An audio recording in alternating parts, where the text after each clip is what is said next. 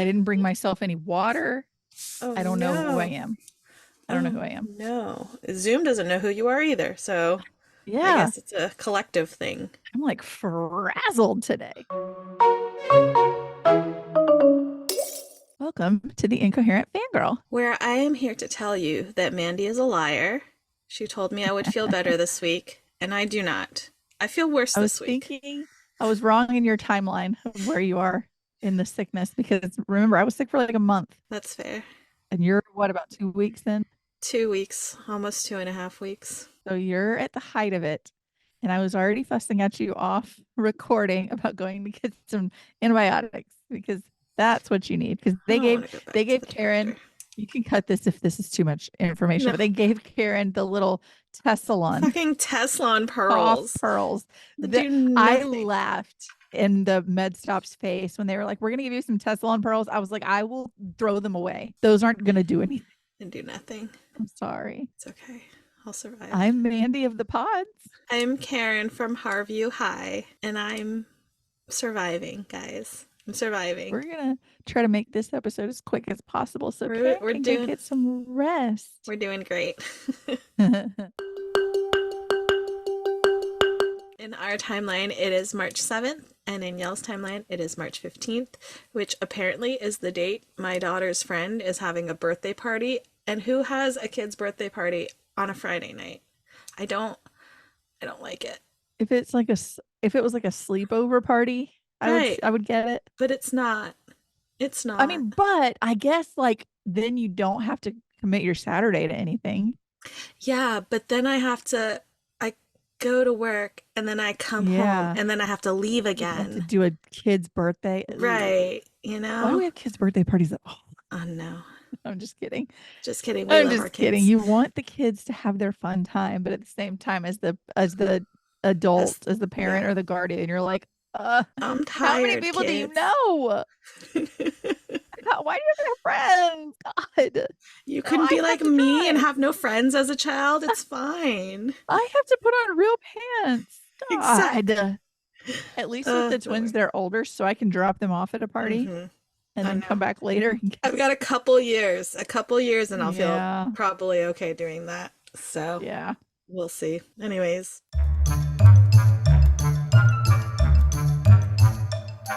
this week in fangirling, Mandy, what did you do? I finished Lore of the Wilds by Annalise Rana. Just quick recap. It follows Lore Alamayu, who is a 21-year-old human who is ripped from her village very suddenly to help the Dark Fae translate all of the books in this like forbidden library until she finds something that is like some sinister secrets that may put herself and everyone she loves at risk. I really enjoyed it.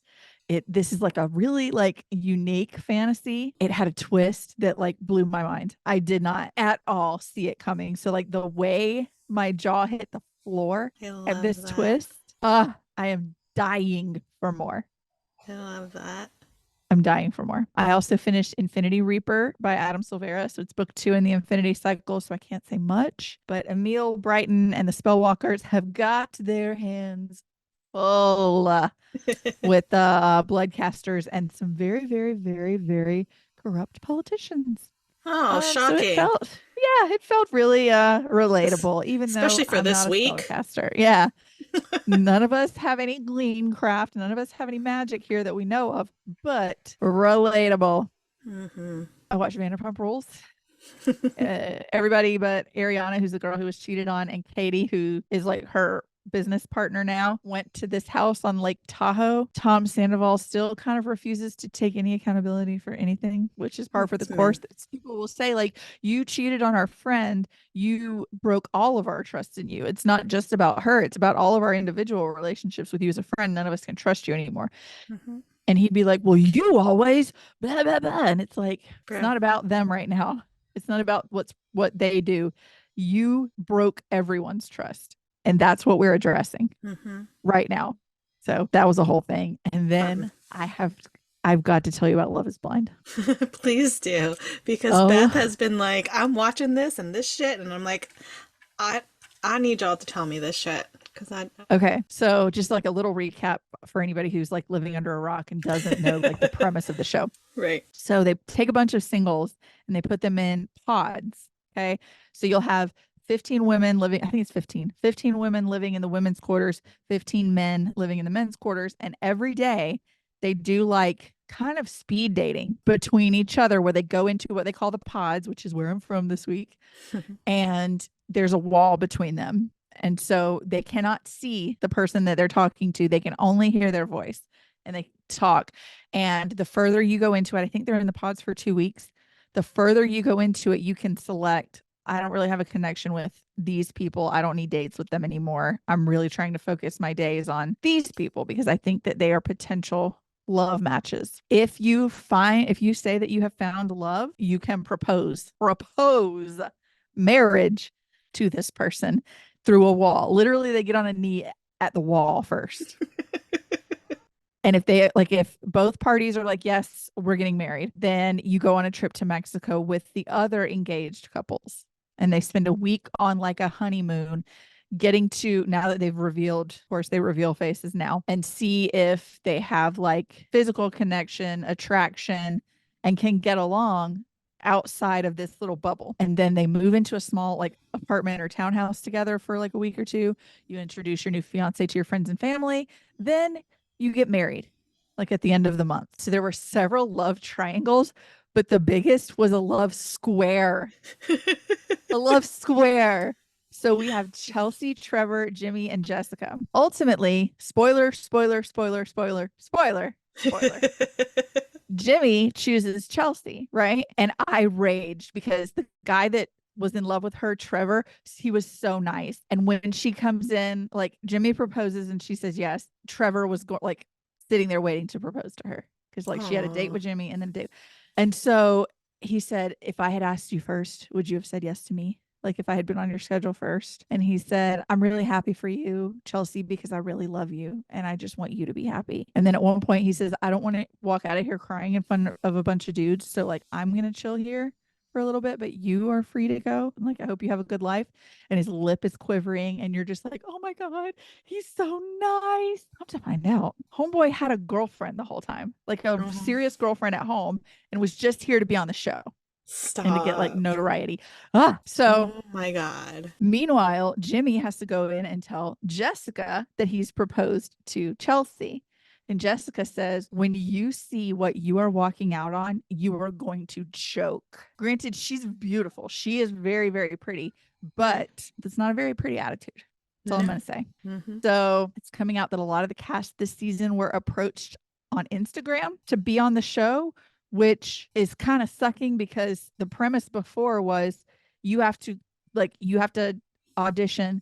We have to go through psychological, exams and a bunch of questions and interviews. And we have to really see that you are truly in it for love. Like you really want to find love, not getting cold DM'd on Instagram. Right. Hey, you're hot. Do you want to be on a show? So I do have to laugh because after the last season, there was a lot of castmates and cast members that have come out from all of the different seasons and said like the living conditions are terrible. There's like they don't feed us a lot.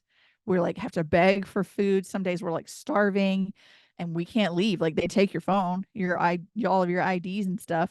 And so like just about every date, every encounter, there's always like a smorgasbord of food. And I was like, Netflix is like, you're not gonna say we ain't feeding them. But now there's like speculation that some of the food is fake. Like there's one scene where they're sitting at a table and there's a giant charcuterie board between them, and they're eating. Nothing on that charcuterie board is touched. What kind of a human are these robots? What? Because what kind of a human can sit in front of a charcuterie board and not demolish it in 10 seconds flat? Like I does not compute. I don't Mm-mm. get it. That thing would have been inhaled. Yeah. And so it's like, is that cardboard? Like, is that even actually food? I still hate the premise because they say it's love blind. Can you fall in love with someone no matter what they look like? It is still on, I think this is season 6 or 7, 30 hot people. Everyone is toned. Everyone has perfectly white teeth. Everyone has perfectly manicured eyebrows and beards, and there's not a weird mole. There's not a double chin. There's no cellulite anywhere. So it's like, of course, they're going to see their person that they're in love with and be like, I'm still in love with you. Love Mm-hmm. your six pack, babe. You didn't need a BBL. You were born with that.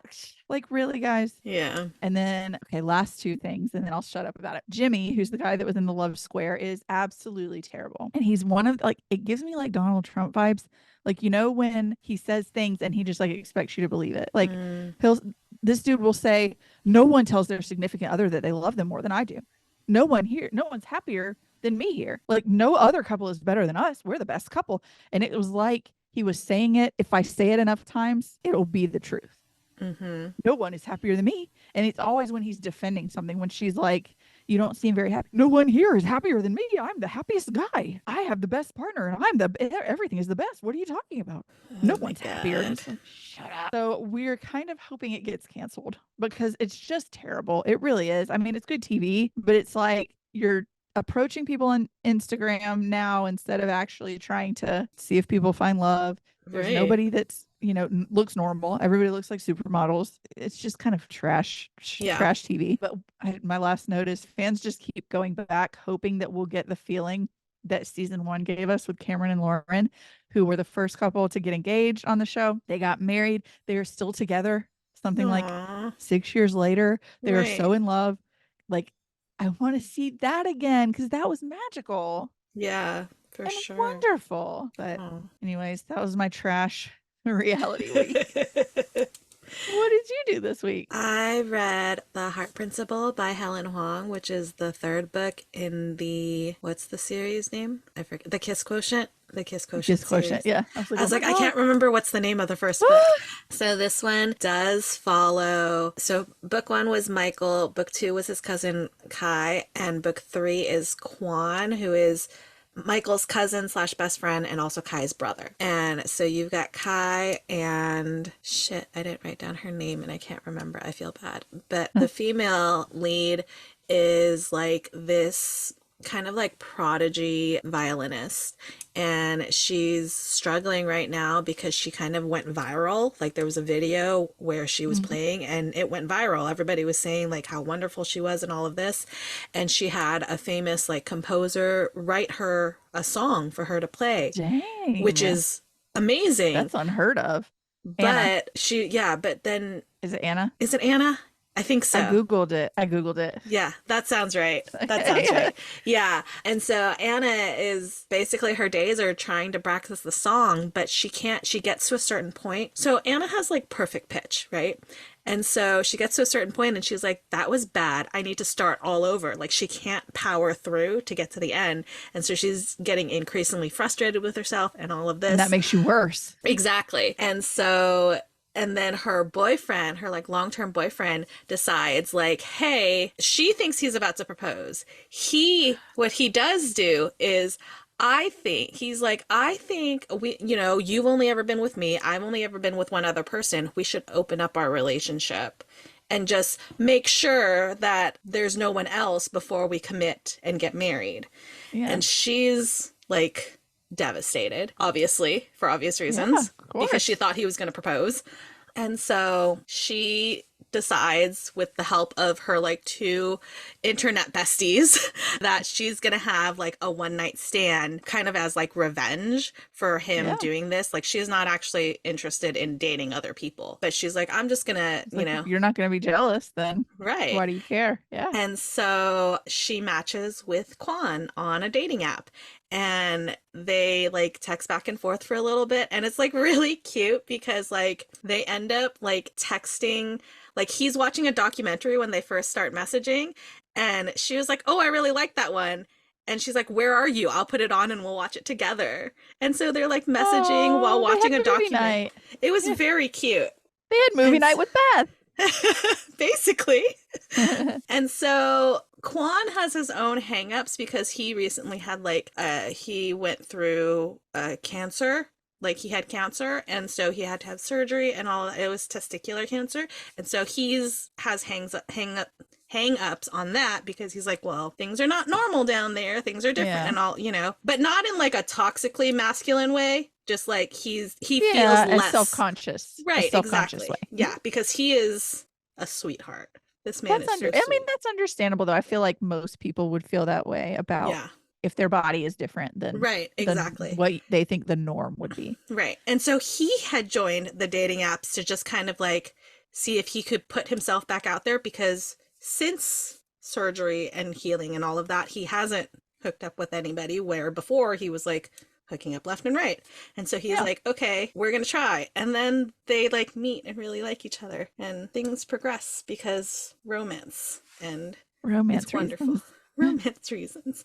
And it's really cute. My one gripe about it is that we see Michael from like book 1, his cousin, and Stella in this story, but like for some reason there is no mention of Kai. There's no mention of his brother at all, and they were like It's weird. close.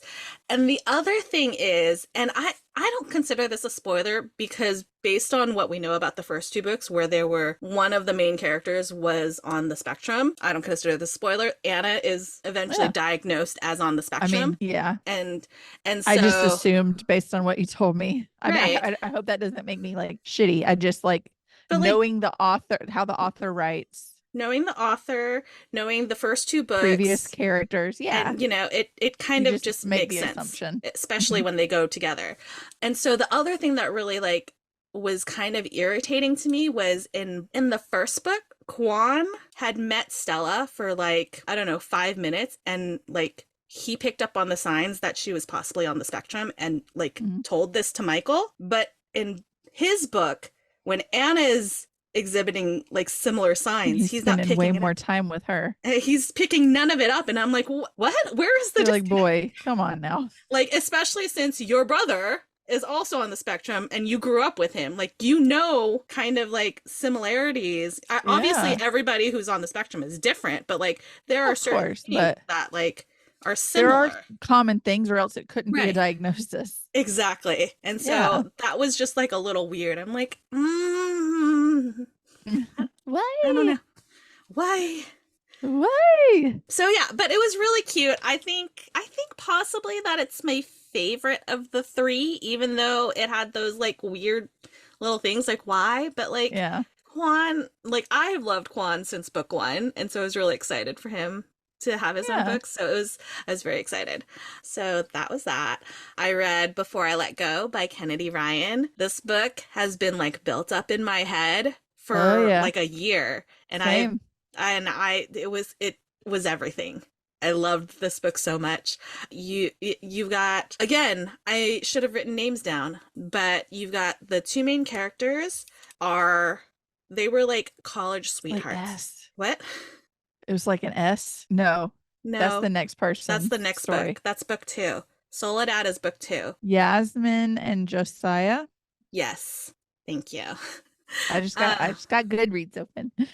that's really smart, and I should probably start doing that when we do these. I was trying to discreetly look to help you out because I knew it would bother. If it was me, it would bother me. Like, Yeah, so we've what's your got name? so Yasmin and Josiah, they were like college sweethearts. They were very much in love, and we see that at the very beginning of the book. Like the first chapter is them like getting engaged essentially. Mhm. And then the book kind of opens and it's, I don't know, over a decade later, and they're now divorced after having 2 kids, after opening a restaurant. Like they're still business partners, they co-parent. They're very cordial, like they're very good to each other. They like are good co-parents. Like It's not a it's cold not it's not yeah, bad. a cold It's cold uncoupling. right. There was a very, very good reason for their divorce, but Josiah is still really upset about it for good reason, because he didn't want to get a divorce, and Yasmin just kind of forced it onto him. Mhm. But because of the things that happened leading up to that point, it makes sense, but you don't Mhm. really kind of find that out until, you get further into the book, so I don't want to say anything. Yeah. But the thing is, there is an author's note at the beginning with like content warnings and all of that. And so you kind of have an idea of what exactly happened without them having told you. But I still kind of feel like maybe if you want to discover that yourself. Yeah. But it is very like, God, these 2 are very clearly still in love with each other. Yeah. And they are trying to figure out just life. Like she was in a depressive state for a really long time, and he was trying to get over this divorce. And so now they are, co-parenting, and things just keep coming up. Josiah has started seeing somebody new, and Yasmin is like, okay, well, I don't know if I'm ready to do that. But like, then she sees them together and she's like, okay, maybe I'll try, you know? Yeah. And then eventually romance things happen. And of course, it ends with an HEA because that's what romance books do. But it is so like, definitely read the author's note for content warnings because there are some heavy, heavy topics. But Kennedy has this way of like writing about these heavy topics that are just, she's so sensitive to them. And Yeah. she makes a note of it, like in her author's note, that she consulted people who were diagnosed as depressed, a therapist, a psychiatrist, all like she consulted people Yeah. to write this book as authentically and as conscientiously as possible. Yeah. And it shows. It really shows. And I Good. just got my copy of This Could Be Us today, so I'm really excited to be able to read it because the audiobook has like a 9-week wait, and I'm like, no, Oh my gosh. no. That's for one of my libraries. My other library, it says several months. It has one copy and like 200 people waiting in line. And I'm like, no, I will read my book. Yeah. I'm very excited. I'll read my physical book. Thank you. And then I finished At the End of the World by Nadia McHale. This is the story of, When you say that, my brain goes, this is the story of a girl named Lucky. I'm a child of the 80s, but grew up in the 90s. truly, that was where my mind went as well. As I started saying it, I was like, oh Either no, am I about to that start or this is the story of a girl who cried a river and drowned the whole world. Am I about to start singing? It's a toss-up as to which one comes out. Truly. Yep. Truly. Okay, so you've got Aisha and her mom who are going on a journey to find her sister, Jane, who left like several years ago after a falling out because it's the end of the world's coming. So, might as well make up with each other. And on this journey, they are joined by Aisha's boyfriend, Walter, who is the sweetest, and his parents, who are also amazing, and a stray cat that she has named Fleabag because she didn't even want him to follow them. But Walter's like, be nice to him. I don't want him to die with nobody. And it was a really quick read. Like, I wasn't expecting how fast I got through it. It's YA. It's really quick. It does tackle like there are reasons why Jane left and why she needed to leave, and like I feel like a lot of people could possibly relate to that. It's just like they also had a falling out because of it, which makes sense in a family dynamic where everybody's kind of a little bit broken. Yeah. But it was really good. It obviously, it's set like 8 months before the end of the world. So you're like, well, I don't know how happy this ending could be. But like, it's like at the end, it's as hopeful as it could be for people outside of the story. Yeah. Like you can take things away from it where you're like, okay, I feel okay about like I feel fine, I guess. Yeah. So yeah, but I liked it. It was fun. I have continued watching Shogun. It is really good. I really like it, actually. I was in the bathroom brushing my teeth last night, and my husband turned that on, but I thought he turned on one of the Walking Dead spinoffs. Oh, okay. And so I was like, is Rick speaking Simish? Because I had my electric toothbrush going, and I was like, I cannot understand a thing that these people who are supposed to be Southern are saying. And I walked out and I was like, it's because they're speaking Japanese. Okay. Oh my God. That's so funny. That's your dumb girl moment. Oh man. It's good. You can tell that they're going to play up certain characters into a romance, and I'm here for brutal. It. I'm here. I can't watch it. I can't watch it because it's too brutal for me. Yeah. Dude got boiled alive.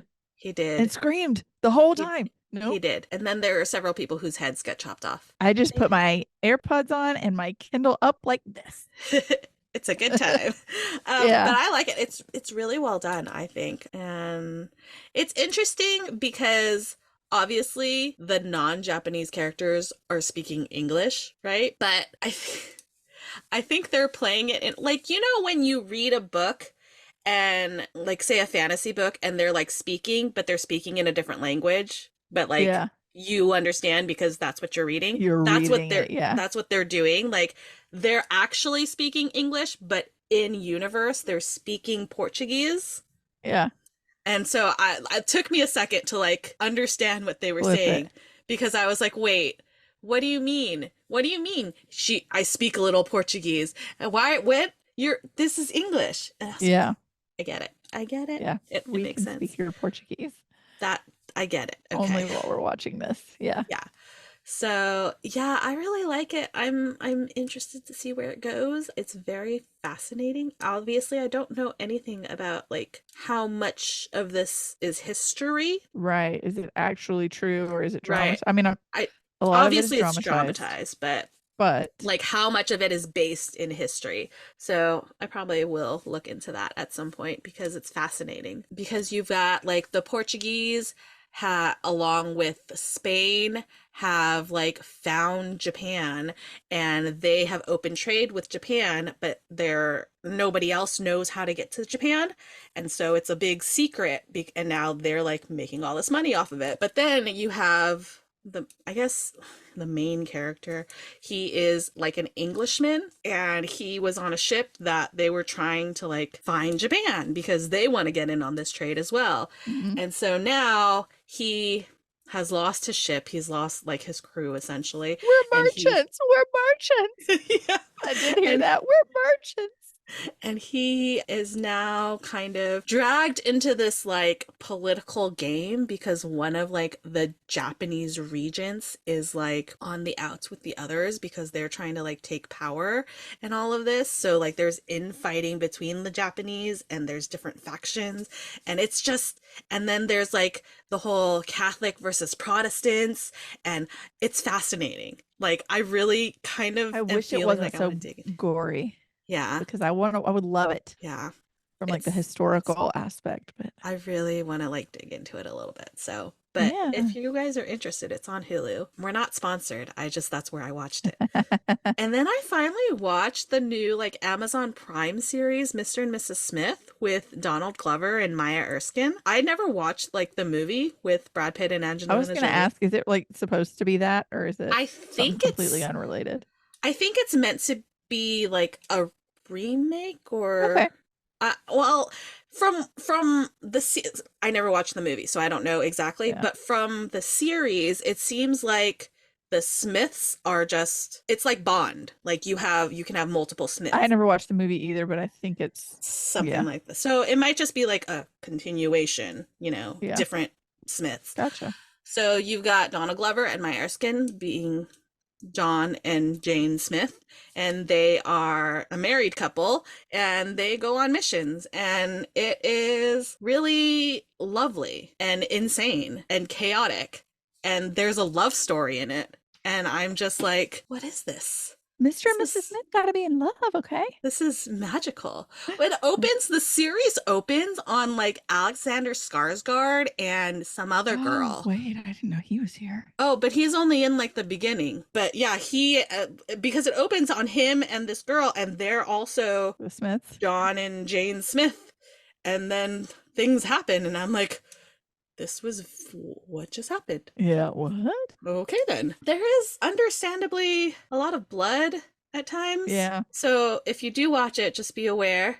You'll clearly know when things are happening. There is also, I know this is like a trigger for you. There is a scene where you can hear a bone break, Thank you for telling me that. I won't watch this and anymore. you will know when it happens, when it's about to happen, so you can like Ugh, leave the room. I hate this new trend. I hate it. So it was very pertinent to the story. The fact that it was only one time was actually, I thought, good because they were trying to get rid of a body and needed it to fit into a compost bin. Oh, no, no, no, And no. so it could have been a lot, but it was only one. Like I have literally chills going from the base of my spine down, like down my shins and into my feet. I Like it literally gives me like shivers. I was literally watching it and I was like, Mandy needs to be aware of this. Yeah, Um, I I was can't. I like, can't do to it. be fair, I was like, I was watching it and I was like, if she had been watching this, she would have left our, like, she would have known to Oh yeah. leave. But like, I'm gonna Yeah. mention it just in case. No, thank you. I But appreciate trigger it was, warnings always. I thought it was really good. I thought it was really well done. And my only complaint was like like the pace. I couldn't quite grasp it, like the timeline, because it was like the time between one episode and another. I couldn't, I didn't understand how Yeah. much Has it time been that a day? was, Has it been a month? because it really felt like it was a lot. Because like from this episode to this episode, I'm like, a lot seems to have happened, Yeah. but I don't know how much time has passed because Yeah. it feels like it just happened. So that was the only thing that was kind of like, eh. That's weird. And then the ending. Ah, Somebody on TikTok said it is like a self-contained story and it could end that way. However, no thank you. No, no. I reject this respectfully.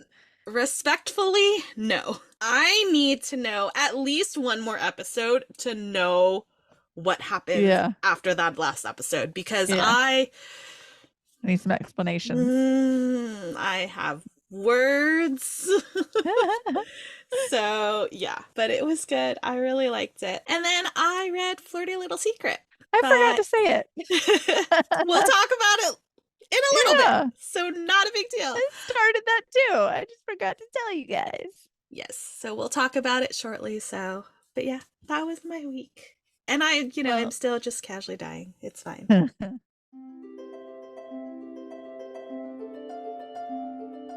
Do you have a fictional boyfriend this week? I'm gonna say my fictional boyfriend is Quan from The Heart Principle, but also my fictional girlfriend is Jane from Mr. and Mrs. Smith, because she crazy. And also I like I like did not know this, but I have a crush on Maya Erskine, apparently. I was watching it and I'm like, she's kind of amazing. Like, she's the kind of, like, you look at her and like you see I see, like, I look at her and I like see femininity, but I also see somebody that could murder me with their pinky. Oh yeah. And I kind of love that. Yep. So yeah. I don't know people's names. I just know their faces. But yeah. Right. I can see that. Like, you can see how she's like feminine, but like she gonna murder you. Like, she's probably a sociopath. Oh yeah. Not her, but like her character. The characters. For sure. So yeah, that's what I'm gonna say. How about you? All right. I think I'm gonna go with the fictional bestie in Prudencia from the Infinity Cycle. I freaking love her. I love her confidence. I love her like self-awareness and self-assurance.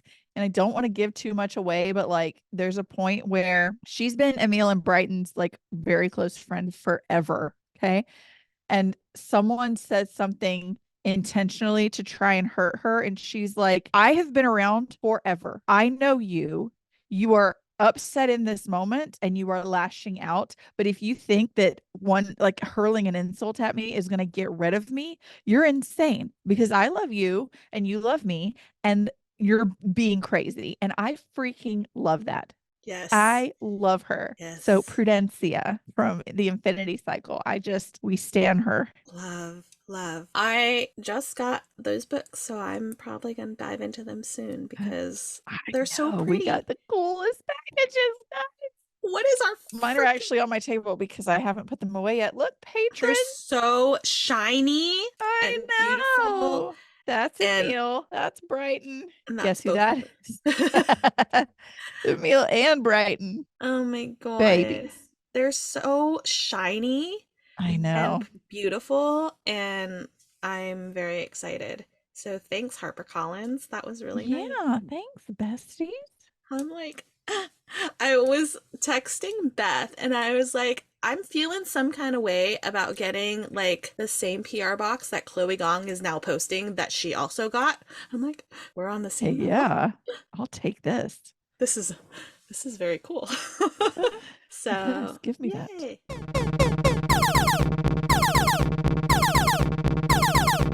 That sound means we have an intruder alert. It's an intruder alert. You guys, I'm so excited. We have author of paper's falling out. Flirty Little Secret, Jessica Lepe here with us.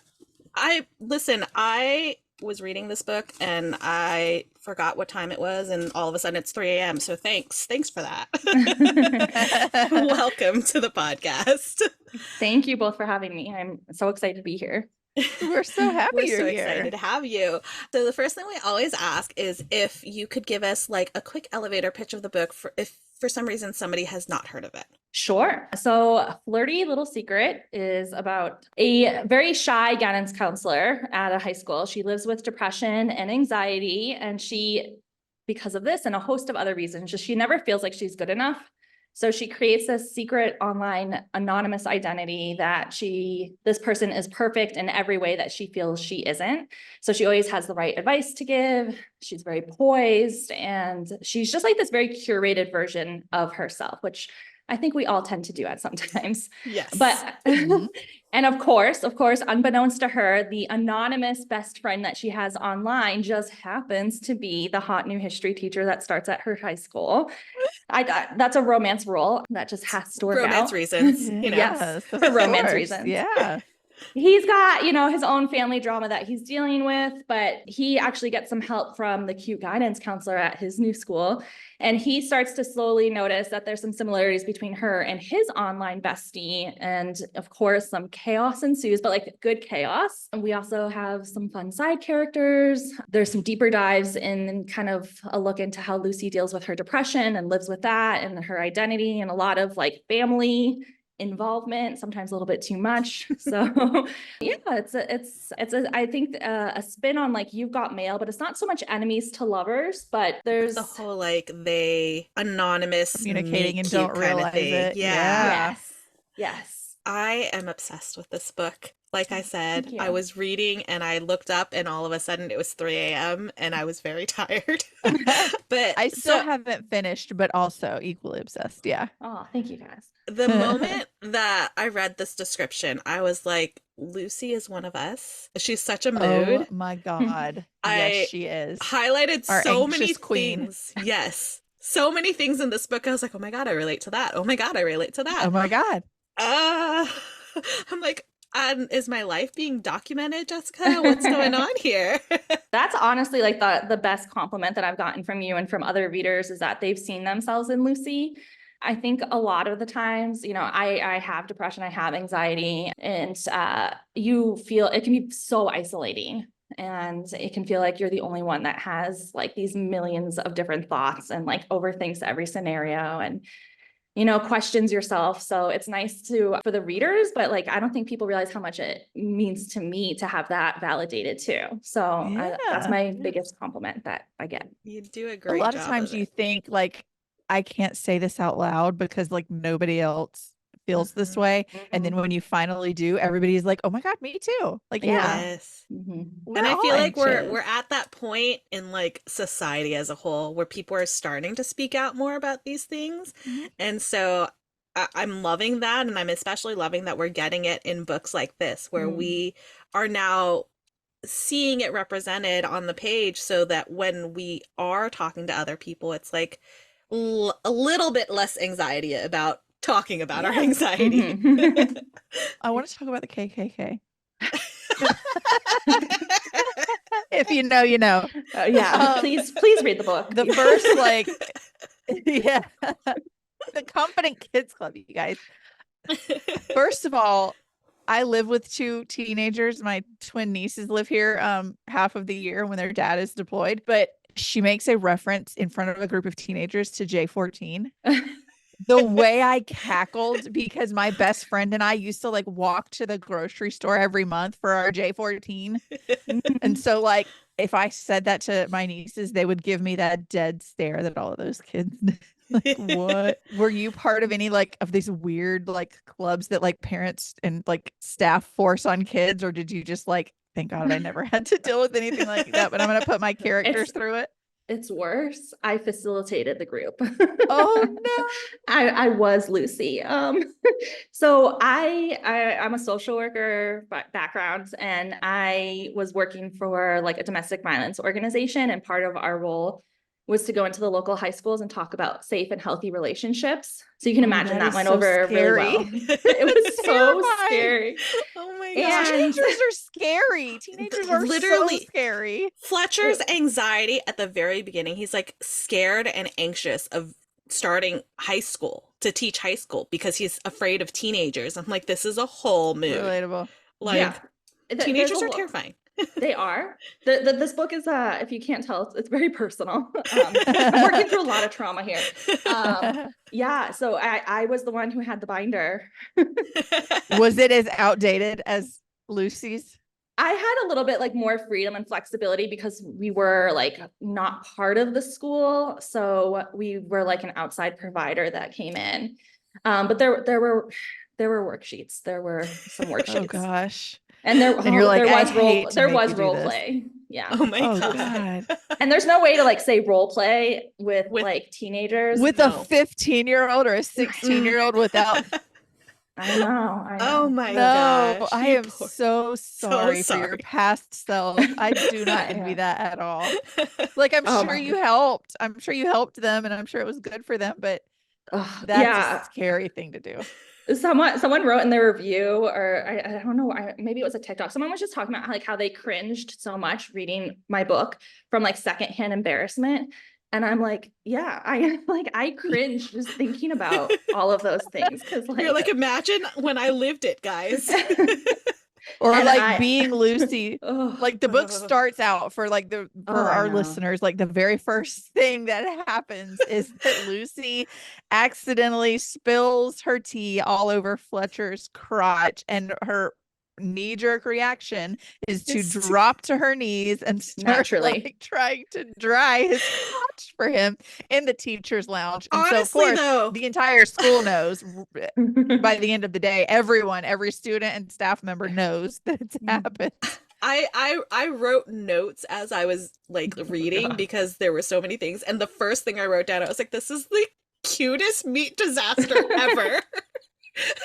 Like, I'm like so embarrassed for her, but also it's kind of adorable. Like, I'm glad you had that reaction.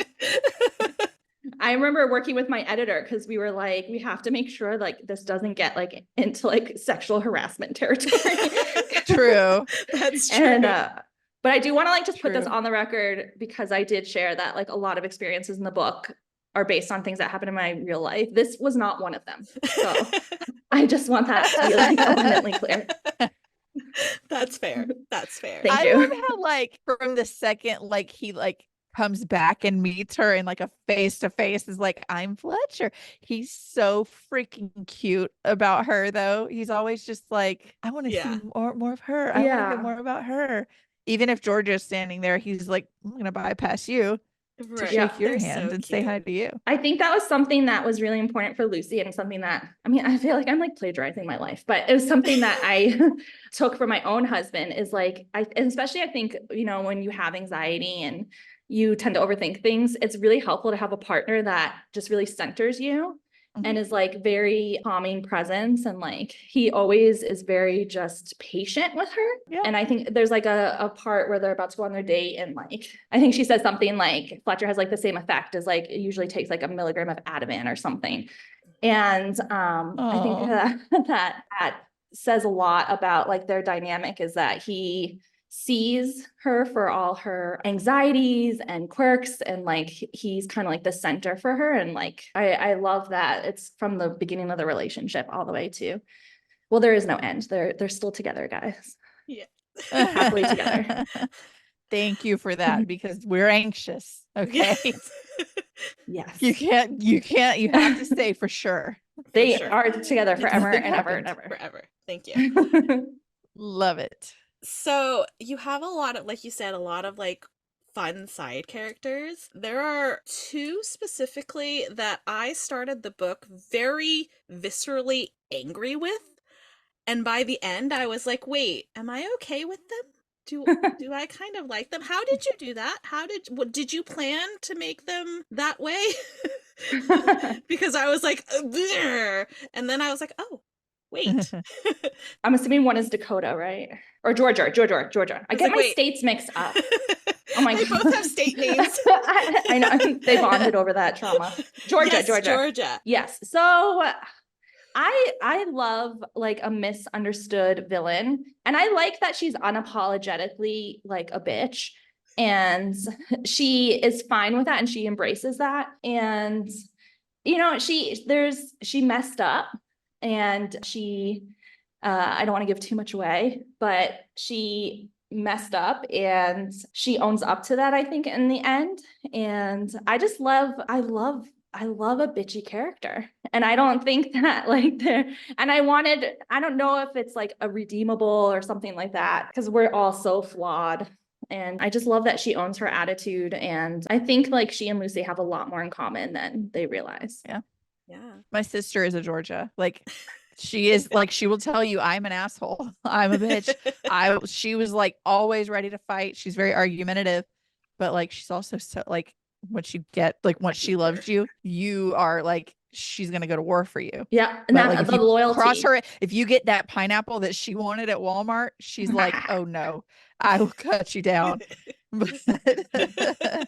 So I have like with Georgia, it was like, that seems familiar. Maybe not with the mistake, but yeah, that was cool to see.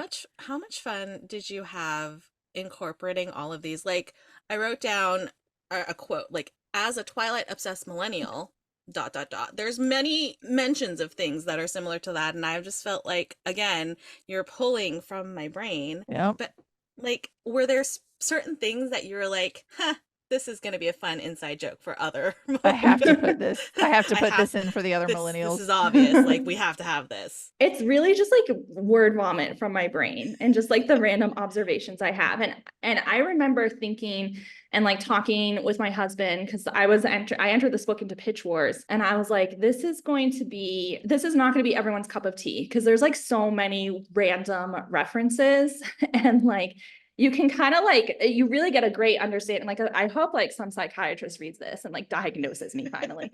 Cause there's like, you can see like so many like tangents and it's really just like how my brain works. Cause I'll jump from like a Lizzie McGuire reference to like talking about something like really serious. And it's very hard for me to like have conversations because that's how my brain works.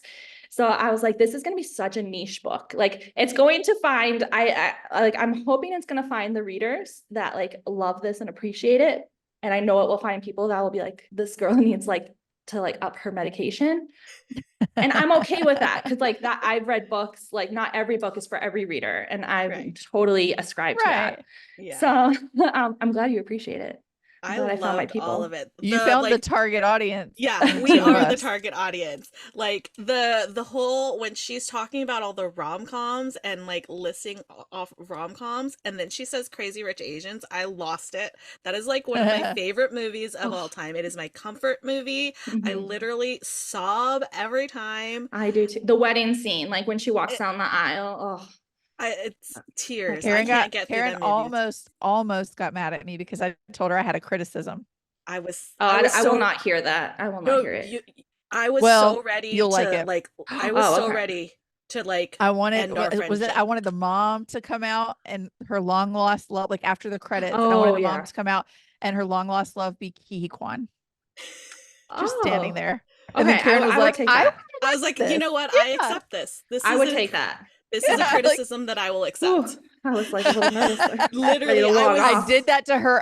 Yeah, I was like, I have a criticism, and I just left it at that. And she was like, I could feel the rage from across the country. She was like, I was in the car with my friend, and I was like, Mandy just said she had a criticism of Crazy Rich Asians, and she was like, are we breaking up with her? and then the text come through. I'm like, okay, I can call. I was like, I was just expecting this. This is what I wanted. I was like, okay. So I feel like I already know it because I feel like you are a lot like I am in the way you said your brain works. I was downstairs at dinner tonight and I could feel myself stressing my husband out because I would say a sentence and then I would say something that was completely unrelated. And then I was back over here and I just kept on ping-ponging with my thoughts. And I know he was just sitting there like, I can't. So what kind of a writer are you? Are you a plotter? Or are you a pantser? Okay, so I pantsed this entire book, this book has been rewritten like so many times. This was like I write about it in the book, in the like author's note at the end. I was in an intensive like outpatient program for postpartum depression when I was writing this book. And I was in therapy, and we had therapy every single day. We had group and then we had individual. And my individual therapist was talking to me, and I think I was doing the ping pong, and she's like, have you ever considered just like writing down some of these thoughts?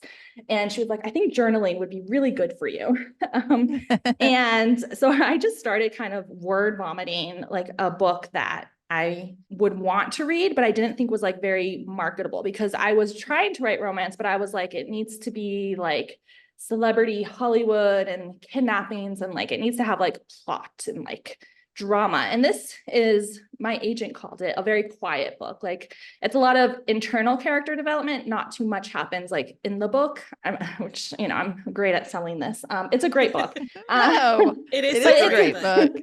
It's just like more like character development. So this is not answering your question. So I totally pantsed this one, and like multiple times, because then I got into pitch wars, then I worked it with my agent and then my editor. So it was like a whole journey. Now I will not do that to myself. I can't. So what I do is now I outline like, and it's like very heavy outline. Like I'll even, and if I have like a funny idea for like a conversation, or like something like a random line that I want to make sure I mention, I'll put that in the outline.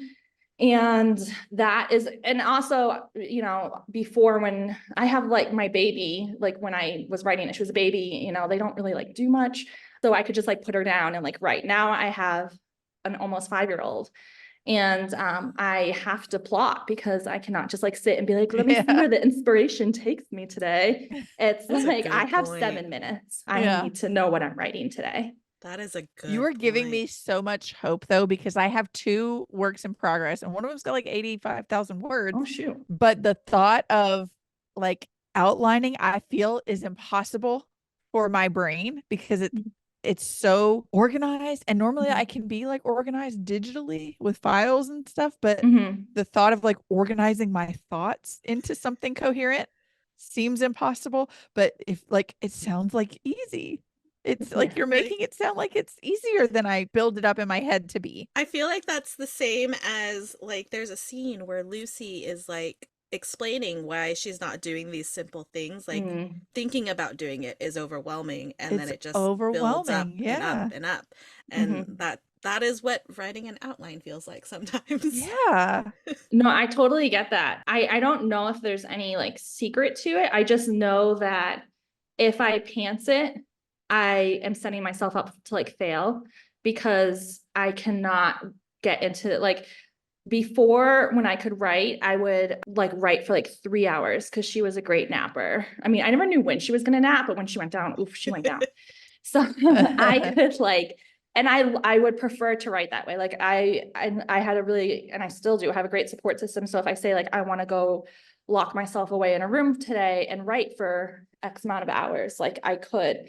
And I prefer to write that way. Like I'm a fast, but that's slowly becoming less and less of a reality. So I just have to find a way to make it work. And I think something that my mentor made me do was reverse outline a book. So I had to reverse outline this book. And I think once you go through that, you'll never want to pants again. Can you What explain is reverse that? outline? Yeah. Yeah. What is this? So like, it's good. It was helpful. Like push-ups, you know, like whatever. Exercise. It's basically where you have the book, and like your beats are off, like the pacing's off, like, but you need to like dissect it. So you basically have to take everything you wrote and like make it into an outline. And then you can see like, wow, in chapter 3, I jump ahead like 2 weeks and like don't explain that, like, which is harder, like when you're in the draft, it's kind of harder to see that. But when you take like a bird's eye view, and you can really see like, because one of the things that I struggle with is timelines and writing. And like, I'll be like writing about like a Wednesday afternoon brunch or whatever, a dinner, because that's in the afternoon. And then all of a sudden it's like Monday again, but it's like the Monday before. Like, so I just really struggle with that. So part of my outline is I pick a day, like August 3rd, and I'll look up on the calendar and be like, August 3rd is a Sunday. So I will date it like that because I need that to be like so black and white. Otherwise I will just be like, it's all of a sudden it's April. It's spring. We're jumping timelines, guys. Come on, this is the multiverse. Oh my gosh, I can never write a multi-timeline. God, no. Oh, no. I don't know how people do it, honestly. I can barely keep track of my own life. Like, I can't do that. Yeah. That is so interesting. Yeah, like once you that. do Something it, you wouldn't think of. you don't want to do it again. It was helpful. It was like, it got me into a place where I could look at really like beat structure because I didn't know what any of that was. Oh, but yeah, that was hard. Hey, if it helped you hone your craft, then it was worth it. Yes. Thank you. As Yeah. like you said, like push-ups. Like it was push-ups. worth it. Got my biceps Or, now. yeah, it just sucks. Yeah, it just sucks when you're doing it. Yeah.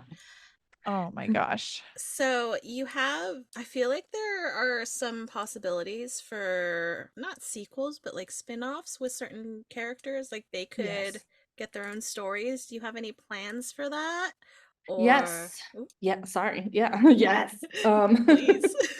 So it's so funny because a lot of people are asking me for Brody. And Yes, that's one of the things Yes. I wrote. I was I like, know, I I love know. Brody so much. Okay, so I have a problem because I essentially want two books from Brody. I want the like a I prequel know. story about his I love can't story. survive the prequel. I can't do the No, prequel. yeah, it's not a romance. Die. It's No. You just up until they like fall in love. maybe I can make it like a Just paranormal and like just resurrect her. Hey. I'm in. Okay. But I love from the moment he shows up. I love Brody. Yeah. He's a fan And he has favorite. his little daughter. Oh. I know. But if you look at the metadata, I think that's what it's called, like the subtitle, or it's called Galindo Sisters. So there's a sister coming. Oh. So That was my other hope. yes. I So the was like, sisters will be coming. And then, yes. when I have like my long illustrious career, we'll, throw Brody a bone and get him laid. Yes. Speaking of the sisters, that family is so relatable. Just all up in each other's business, and There are no boundaries. yeah. Oh my No. God. I was like, oh my God. That's a lot. It is. And it's such a contrast to like Fletcher's family that keeps everything like so like close to the chest and Rigid and yeah. And there's I think they'll be good for each other. I think they'll help each other out. Mhm. So And- there's the Lucy and her family are very mixed, like culturally, ethnicities, all of that, religiously even. And I know that's part of your background as well, right? You are also, or at least you grew up Jewish and Yeah, so my dad's Moroccan, French Moroccan, and we grew up Sephardi Jewish, which is a little bit different from like a lot of people know about like the Ashkenazi Jewish, like the bagels, Seinfeld. And I grew up in like the Rhode Island, Boston Jewish community, which is like very Ashkenazi. So when Lucy talks about not really fitting in with like that Jewish community, it stems from a lot of that experience. And it's interesting because when you come from like a minority community, you don't want to like talk badly about the community, but there are some troubles in like the Jewish community with, just some comments that were made. There's a comment in the book about the rabbi calling Lucy's dad like he wasn't Jewish, like he was Arab, and like people have said that to like my dad. And like at my bat mitzvah, I was the first woman to have a bat mitzvah in our family, which was very exciting. But my mom was excluded from the ceremony. So like, and that happened to Lucy. So this book, I didn't realize. it was like your therapy, honestly. I mean, my therapist literally told me to do this. So that's true. Yeah. Props to her. I mean, she earned that degree. So there's a lot of that. And then I married a Mexican man. We live in Mexico. So I drew a lot of inspiration from that cultural experience as well. And there's a line about chicharrones giving me gas, or giving Lucy gas, and that has happened to me. I, many, I many you know, just times. want to come to like a family reunion with all of your family and just eat because the food is Yeah. probably on another level good. do Shabbat? Like, can we come to Shabbat dinner? So it's so funny because when I'm at my parents, so they still live and like they spend half the year in the Boston area and then they usually spend the other half in France where a lot of my family now lives. And my mom is like an amazing cook. So I would like I cook a little bit, I dabble. And it's so good. But here we have my husband's brother makes tamales every Friday. So like I'm so proud to be Jewish. I love being Jewish. I love my traditions. But like they're tamales, you know? Like Yeah. you have at some point you have to make a decision. Like Yeah. do you like sit there and like make the challah for like 3 hours or do you like go and eat the tamales? Sometimes I do both and like really carb load for the night. Hey. But love. and it's so much fun because there's a lot of family here, so it's a lot of family, a lot of tamales. So you know, it's a balance. But if someone's gonna tell me like they're gonna cook and it's gonna be tamales, like I'm on my I'll be Jewish way. tomorrow. I can be Jewish tomorrow. It's I'm fine. on my way. It's fine. It's fine. But I do think love Shabbat. I do love Shabbat. It's like it really is like I think I use the line like a Uno reverse card. Like it really is about like resetting and like I try to shut down. I try to stay off social media, and it really is like a really beautiful tradition. that was one of my favorite parts was when she Yeah, was explaining when they were having, they were light, I think it was lighting a candle yeah, at the the Shabbat beginning, candles. and she was like kind of explaining like this is like you said the Uno reverse, and I was like, this is stuff that like I don't know. And Mm, because obviously I'm Yeah. I'm not Jewish, and so it was like so eye-opening and so beautiful the way that she describes it, because it's like wow, like we don't ever slow down like that, mm-mm. and to have kind of that kind of built into who you are is just I love that. Especially Oh, for like somebody like Yeah. Lucy who is very anxious and has a lot going on. Like mhm. I love that for her. Yeah. Yes, yes. And I think that was part of like Lucy, just her life is centering herself and like and finding her calm because even as much as her family like drives her bananas and like totally oversteps, she gets so much comfort and strength from them. And that strength comes in those Friday evening dinners and her sisters, they really, at the end of the day, you know, you would give, you know, your kidney for your sister, but you won't like give her your cell phone charger. Like that is the Yep. vibe of, Absolutely. I can say whatever I want. Let anybody else. yeah. Let Try me. anybody else say something about my sister. It is the end. So we have this is a question that we always ask our authors, and this is the moment where every bit of media you've ever consumed is going to leave your brain. Okay. We have a segment that we call fictional boyfriend of the week, where Okay. we choose a favorite fictional character from that week. Doesn't have to be a boyfriend. Karen's had a fictional granny. I had a fictional bestie this week. Do you have any characters, either from your book or from a show, a book you've read, that you're like, that is my boo thing, that is my best friend, that is my granny? So I have a book, but like that I'm reading that I really like the guy, but when you like explain it like that, I'm thinking about like Tiptoe the turtle. Do you know Tiptoe the turtle? No. No. Oh, he's on TikTok and he's like this like ancient turtle. And Oh, I love it. I know, and I don't know why. I just when you You're like, like this were is my explaining that, I'm fictional like, pet. that's We Tiptoe. we had fictional puppies one week. Okay. Like Yep. that's what Okay. we chose. So that's totally valid Hey. answer. And I'm gonna have to Okay. go follow Tiptoe now. Yeah. Yeah. I I never really thought like I would be a turtle person, but they have like they have personality and like they go to bed at like 4:30. And Oh, I really feel like that lifestyle aligns with mine quite well. yeah.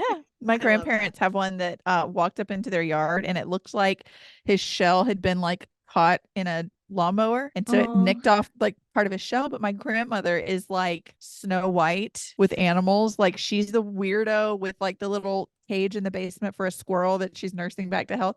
She's got this turtle. Like she's had him for years at this point, and she fixed his shell, and now he just wanders around the house. And he's so oh, cute. I He'll love try to get under that. the fridge and he's really mad that he can't. oh. Yeah, turtles are awesome. Yeah. I'm with you. I'm gonna go follow Tiptoe and Yeah. we finish Okay. recording. He's got another follower now, thanks to you.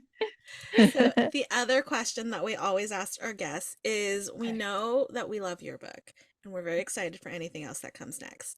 But what are you reading? What are you recommending? What's your favorite book of all time? Anything like that? Oh gosh, I can't pick a favorite book of all time. I have this thing where like I get amnesia after I finish a book. Same, yeah. So I'll never be able to answer that question. But I can tell you the book I recently finished. It's from an other forever debut that you have to have on the podcast because her book is amazing. It's an arc. Is that cheating if it's an arc? Because you guys can't. Okay. It's The Next Best Fling by Gabrielle Gamis.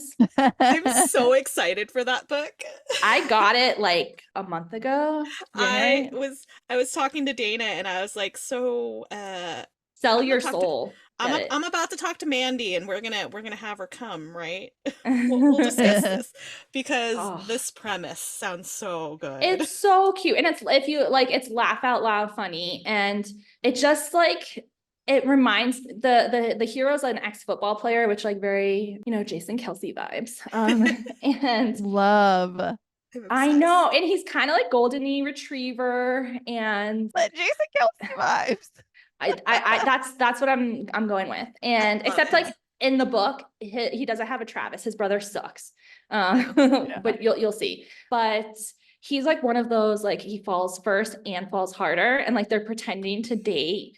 And we're not going to catch feelings. This is just physical. And it's like a steamy book. It's a steamy book. I blushed, excited. But it's so good and it's so funny and it's like it's not very angsty. It's like very just like, let's bang this out. And it was so good. But it was really nice because like both of the characters are fake dating to like get their attention off of the people that they like really love.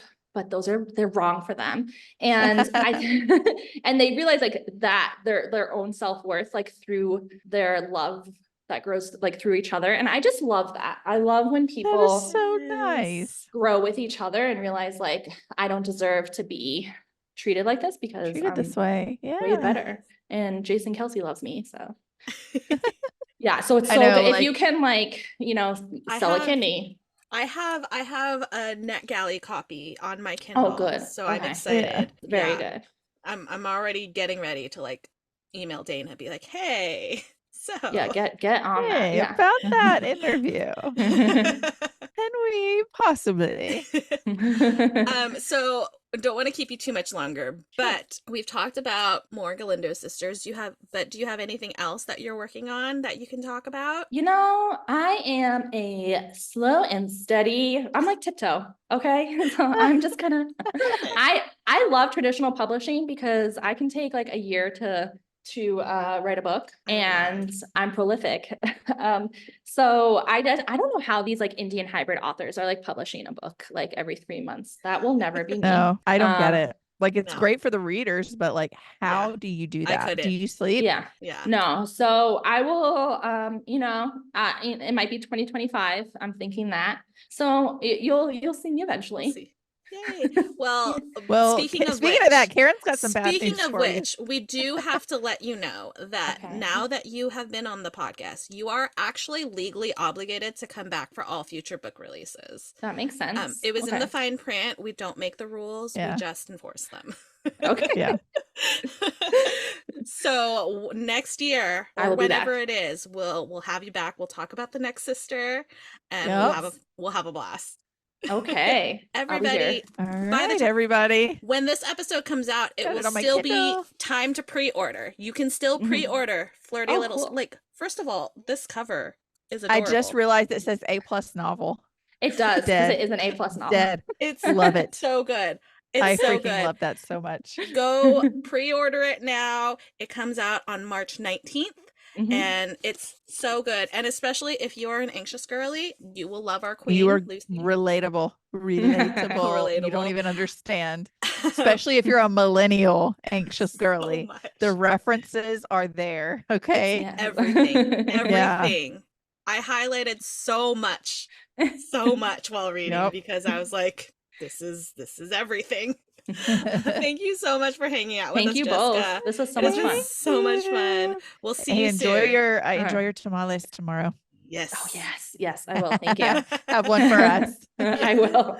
Bye. Bye. Oh, I love her. I She is adore her. one of One of us. us, my God. And like, I didn't think about it until you said it, but yeah, Lucy is our queen. She is our Yeah. anxious queen. Absolutely. I'm obsessed. You guys, I'm not kidding. I was reading this book and I was reading and I was reading and I got to the end and then it was 3 o'clock and I don't know how And that you're like, happened. oh my God, how did this happen? I don't know how that happened and I am very tired, but it was so worth it. It was so worth it. Go pre-order it Yep. right now. Do it. So good. We got a super cool announcement. Yes, you A guys. repeat offender. Oh, yes. It's RK Ashwick. She's coming back to the podcast to talk about her latest book, The Spirit Well, which is the sequel to The Stray Spirit. I always confuse which one's the first I book. know, I do too. I had to think about it. So we're really excited to have her back and to jump back into cozy fantasy because my God, does she write a good The cozy cozy fantasy? queen. Yeah. Yeah. So we're so excited to chat with her again. Yay!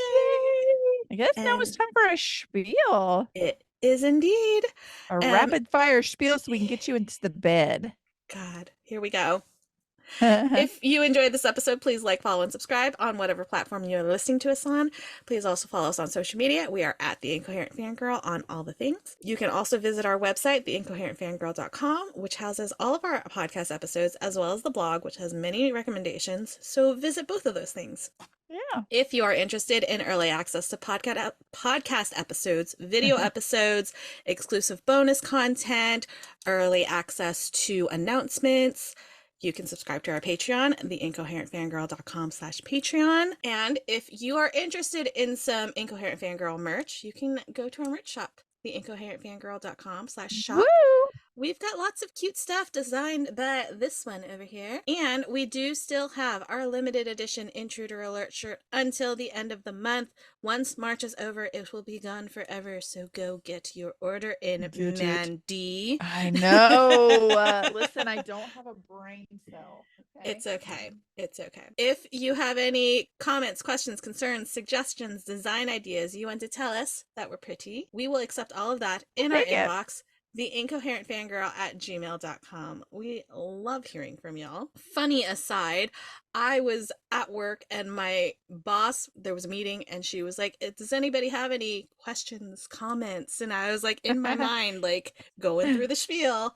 You just want to tell us Like, whoops, just tell us we're pretty. And one last way to support the podcast is to rate and review on whatever platform you are listening to us on. Please give us your words. We love words. We love your words. She is at Mandy Perv on all the things. She's at Miss Made in China on all the things. And once you have followed us on social media and you followed the podcast on social media, you can head over and do some self-care and visit our internet besties, starting with herecomeснerd.com, where you can use code FANGIRL to get 20% off your first order. Then you're going to head to onceuponabookclub.com. You're going to get a book box. You're going to get some goodies. And we have 2 codes. You pick one. You can't stack them. We love you no matter which one you use. You can use either Karin 10 or Mandy 10 and get 10% off. But just make sure you spell Karin right. Otherwise, you will get 0% off. And that is sad. 0%. And once who pays full price? Why pay full price when you could get 10% off? I'm just like... Right? You're Just losing saying. money. Yeah. And once you have done that, you're going to head over to entrancingelixirs.com to get some tea and coziness. Use code FANGIRLT to get 10% off. But remember, unlike Karin, there is no I in fangirl. It's FANGRLTEA. And then you're going to go to amberdlewis.com and buy a dozen of everything to hand out to everyone you know, and get ready for what's coming next. And if you use code FANGIRL10, you'll get 10% off at Amber D. Lewis. I'm sure we'll have her back soon. Probably. And then once you have finished supporting us and our internet besties, it's time to head over and support the show husband. Did he fix the microphone stand? Are we keeping him? No, but it's because I forgot. Okay. It left my brain as soon as I went downstairs last week. And so it's still falling over, but that's not his fault. That's mine. So we'll keep him. Accept that for now. Listen, but this is gonna sound this is just me being funny. The man talked very dirty to me today. He called me and he said, "Do you want me to bring home Jim and eggs for dinner?" which is Jim and Nick's barbecue, on a day that I had to pick up a grocery order and put groceries away. You mean to tell me you're going to bring delicious barbecue home and I don't have to cook? Say it again. All I right, I was like, guess we'll keep him. I was like, I love it when you talk to me like this. Bringing home food. Ah, And that was after he picked up my Target order for me. Absolutely keeping that one. all right, all right. So now that you're finished with this episode, you're going to go listen to the Paranormal Mind podcast. I can't remember what this week's episode is about. I think it's about near death experiences or quantum immortality. I think this week maybe quantum immortality. Both are fascinating. Yours Okay. truly is in both of them. Then once you're done with their episode and you've rated and reviewed, just like you've done for us, you're going to go follow the Paranormal Mind and Searchers Believe on all the things. And you're going to head to searchers.com or searchersbelieve.com. I'm sorry, searchersbelieve.com/shop and use code fangirl10 to get 10% off. All of those designs are by yours truly as Yes, well. they Because are. sometimes she just likes to break out the iPad and see what comes out. The Yeah. chaos girly is chaos. The chaos girly is chaos. And if you want to follow the show husband, he's at Born a Josh Yes, he on is. Instagram. We're And quite that's the fond of show him. husband. George Bailey interrupts one of the episodes, admiring himself in the mirror because we had to record here, and he's just like staring at himself. And so we all, of course, the world stopped, and we were like, "Look at what he's doing. He is so cute. Yeah, absolutely. He's so That's cute." what else can you do if that's happening? Nothing. Right? Yeah, Not a thing. exactly. That And that, was my friends, that was was the the incoherent girl. fangirl. Thanks for Oh, listening. I love Love you. you. Bye. Bye. We are sponsored by our friends at Here Comes the Nerd. Pins, stickers, magnets, and more. Here Comes the Nerd has happy art for all fandom-loving hearts. New customers can use coupon code FANGIRL during checkout for 20% off their first order at herecomesthenerd.com. Coupon applies to ready-to-ship items only.